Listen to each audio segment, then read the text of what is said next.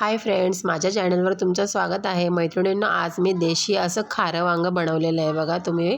मी त्याच्यासाठी खोबरं, लसूण, मिरच्या, अद्रक आणि शेंगदाण्याचं कूट वगैरे सगळं साहित्य घेतलेलं आहे तुम्हाला व्हिडिओमध्ये दाखवल्याप्रमाणे.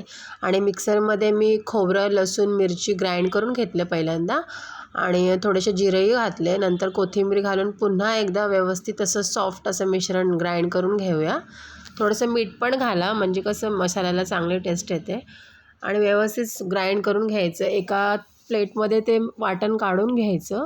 त्याच्यामध्ये थोडासा शेंगदाण्याचा कूट घालायचा, भाजलेल्या शेंगदाण्याचा, आणि हळद घालायची थोडीशी, आणि मीठ घालून मिश्रण व्यवस्थित मिक्स करा. आणि आपण जे कट करून घेतलेले चार भाग पाडून घेतलेले वांगे आहेत ना, त्याच्यामध्ये व्यवस्थित हे वाटण असं भरून घ्यायचं असं व्यवस्थित.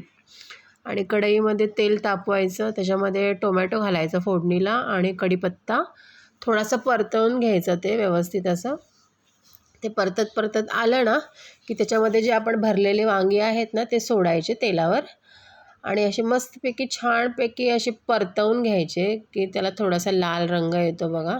मी थोडेसे बटाटे पण टाकले, आम्हाला वांग्यामध्ये बटाटे खूप आवडतात.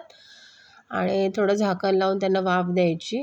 वांगे बघा नरम झालेले आहे. आपण जे वाटण दिलेलं आहे ना खोबऱ्याचं वगैरे हिरवं वाटण, ते त्याच्यामध्ये ओतून घेऊया कढईमध्ये आणि परत हलवायचं व्यवस्थित असं.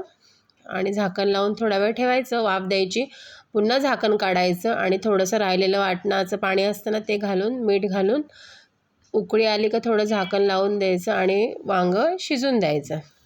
वांगं शिजत आलं की सर्व करा. नक्की करून बघा, खूप छान होतं हे देसी वांगं. Subscribe, like and share.